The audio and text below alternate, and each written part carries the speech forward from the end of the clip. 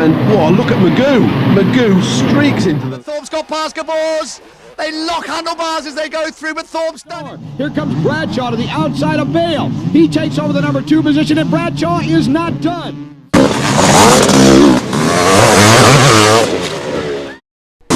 Welcome, Motocross History Team. Today I'm really excited to show you guys a clip of Jean-Michel Bayle and a couple of changes throughout his career. So what I'm showing you right now is not the clip. This is a kind of a review, a walk back in time that will lead into the video that I have intended to show you. This is from 1988 MXDN, where an unknown 19-year-old French kid, JMB, put the world on notice by taking on the world's best and going pretty much wire to wire with Jeff Ward at the time in the 125 class, in the 125 500 moto, the first moto of the 1988 Motocross Des Nations, and just lighting it up in front of 150,000 people in France at Villars-sous-Écoute track.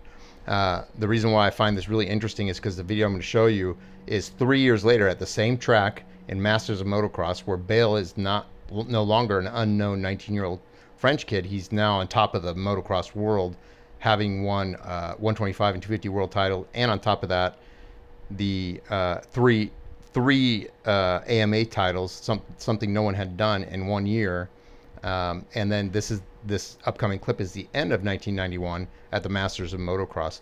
And the reason why I find it so interesting is because his main competition in this upcoming Masters of Motocross clip is a young 19-year-old kid named Stefan Everts, who was known in Europe, but pretty much, unless you read the back pages of Cycle News, not really known at all in the United States and by those who followed AMA events in the U.S.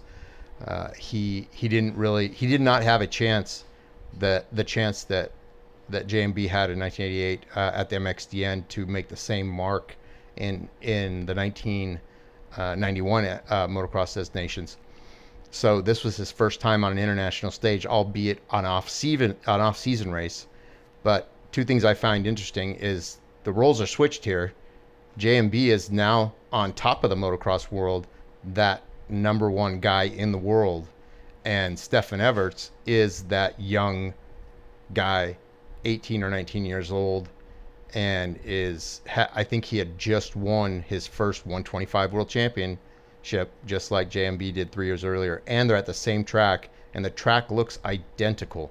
There's no difference in that track. It was the first international event held, this Masters of Motocross in 1991, since the 1988 MXDN had been held. And that's how tracks were treated in Europe back then. They were only used once a year for these world events. Anyway, if I'm off on anything, let me know. Enjoy the clip. Leave a comment and let me know what you guys think. Thanks.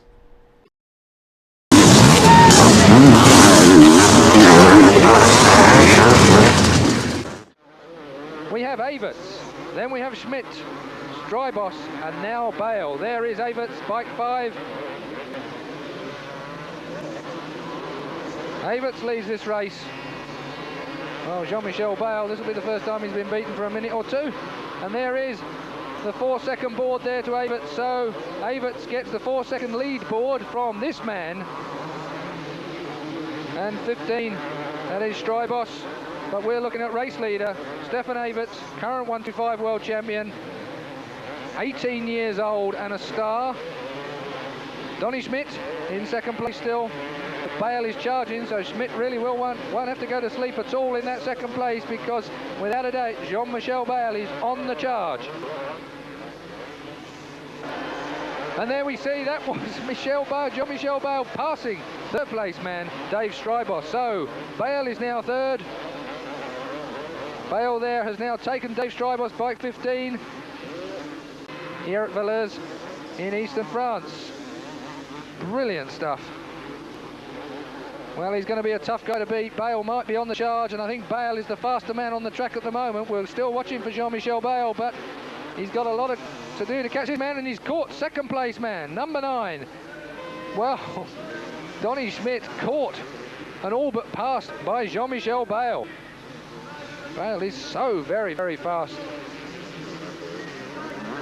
Well, this track is holding up very, very well indeed. The last time this was used for a major race meeting was the 88 Nations Cup meeting. It's a world famous track. Most of the riders like it. We look at Stefan Everts, race leader. And there is the gap. That is the distance between first man Everts and second man here, number 9, Donny Schmidt, and third place man, the irrepressible even, Jean-Michel Bayle. And he almost hits Donny Schmidt up the backside there to try and get past. Well, I would say almost certainly we're going to see a passing manoeuvre any moment now, and Bayle throws it on the inside of Donny Schmidt. So Jean-Michel Bayle forces his way through into second place. Absolutely brilliant indeed. Well, Stefan Everts, you can see there the gap that Everts has on Jean-Michel Bayle. We're in the closing stages of this race now. Everts only has to hang on without making a mistake. Jean-Michel Bayle can obviously try as hard as he likes. And you can see just how hard that is by how much he's pulled out a lead on third place man Donny Schmidt. This man, Stefan Everts, leads the race. And really only has to concentrate as much as he can, get the bike dug into the berm. That's it, 1 lap to go. So we have 1 lap to go for Stefan Everts to win the second leg of the 3 today at the first round of the Masters of Motocross 1991. Stefan Everts leads and has time to salute the crowd. Well, I wonder where he learned that from. Everts then takes the race win. Bayle almost caught by Donny Schmidt. Well, Donny Schmidt wasn't going to let Bayle have that, was he? So Everts wins from Jean-Michel Bayle, from Donny Schmidt in third. Who's going to make the whole shot? 9, Danny Schmidt gets another absolute flyer. Danny Schmidt leads from Pedro Tractor. John Vandenberg is third. Massimo Gazzarata in Italy is fourth, and Jean-Michel Bayle is into 5th place already. Well, drama indeed here. Oh, and that's 28, Jean-Michel Midet, French Kawasaki rider, getting himself in a bit of trouble there. Bayle is up to 4th place. There is Bayle. So 9 leads from 14. 14, John Vandenberg in 2nd place, from Donny Schmidt in 1st place. Well, Donny Schmidt really has tried extremely hard throughout the first 2 races of today. Will he be rewarded? John Vandenberg trying his hardest there in 2nd place. Jean-Michel Bayle in a good 3rd place already.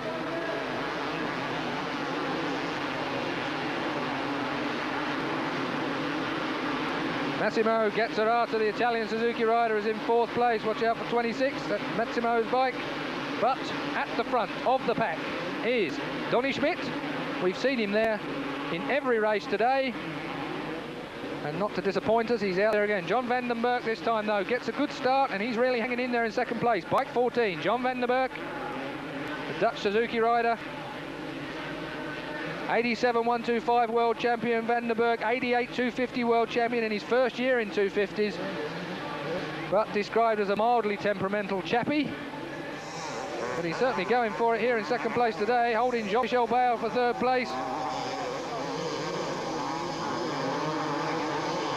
Now then, we don't seem to have Stefan Everts in the front 6 as far as my counting goes at the moment. I'm looking for Stefan Everts. Donny Schmidt at the front, his teammate. And there is John Vandenberg, Jean-Michel Bayle. 26 was Massimo Gazzarata, still in that 4th place. He'll be pleased with that. Donny Schmidt then comfortably leads this race. After the 3 legs, as Jean-Michel Bayle looks for 2nd place and grabs it almost. Well, Bayle then lands on John Vandenberg. John Vandenberg trying to fence off and protect that position, but Jean-Michel Bayle looks extremely determined and grabs 2nd place from John Vandenberg. So the Honda rider, Bayle, goes through for 2nd place. Now he's got to chase Donny Schmidt. Donny Schmidt, the man leading on the Suzuki. There he is. 1990 World 125 champ, 23 years old. Fighting with, not yet fighting with I should say, but will be very soon I would think, Jean-Michel Bayle. Casual look over his shoulder while in the air. A bit of tape or some kind of decoration, Christmas tree decoration, hanging from Jean-Michel Bayle. Looks like it's hanging around his neck. That won't be too comfortable if it's flapping in the wind. Jean-Michel Bayle with some kind of decoration there. Well, he certainly won't want to get that caught in his back wheel if it's wrapped round his neck, that's for certain. So there's the crowd giving the hurry up there to compatriot Jean-Michel Bayle, who looks for the inside line and really does. Well, Bayle seems to know wherever he is on the track, knows where the grip is, knows exactly what to do, as do most of these riders, of course, but this man just seems to be able to get it better than anybody else. Well, first place. Bayle grabs that first place on the 6th lap of this third leg.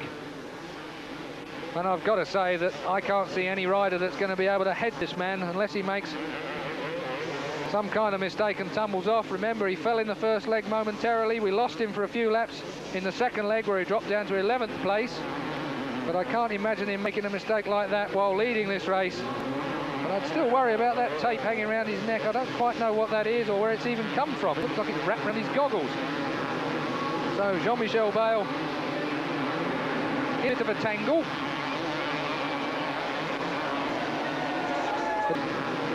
So Jean-Michel Bayle in a bit of a tangle.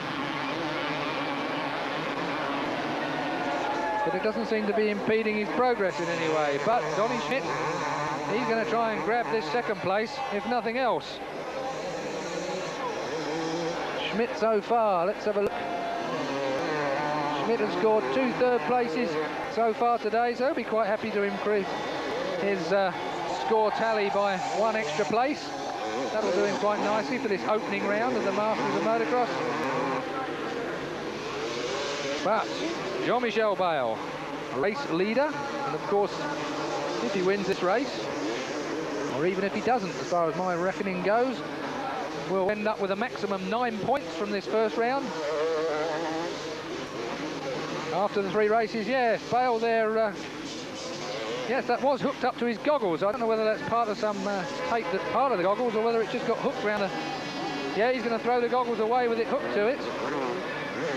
Well, that's hooked around another part of his anatomy now. Oh, well, he's got rid of the tape at last. So, Bayle gets rid of his obstacle. No rider's much in front of him. It's that back marker, so he's not got to really worry too much about stones in the eyes, although he'll have to watch out for that. He had a bit of a lean forward there on that bump. Bayle almost getting caught out, leaning right across the handlebars. So we've got a back marker coming up. Jean-Michel Bayle will be watching really not to catch a rock straight in the face. Remember, he's got no goggles on now, and it's a bit hazardous, although the up 20 there. That is the bike of Takaji Takamaza, the Japanese rider, posing no problem whatsoever to race leader Jean-Michel Bayle.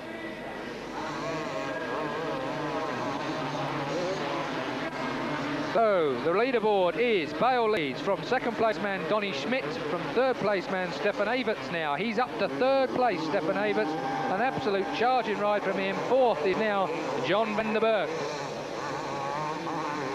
That's your leaderboard at this stage. But Bayle leads. Well, comfortably seems to be too simple a word for it. Nothing much has headed this man today.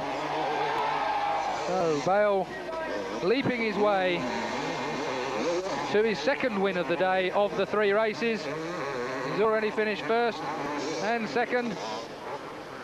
Stefan Everts beat him in that second leg, and we heard what he had to say about that. Oh, well, there's still a few things on this track that can catch you out. The marshals and the crowd alike salute this man, Jean-Michel Bayle. 1 more turn to go, and he will have won the race.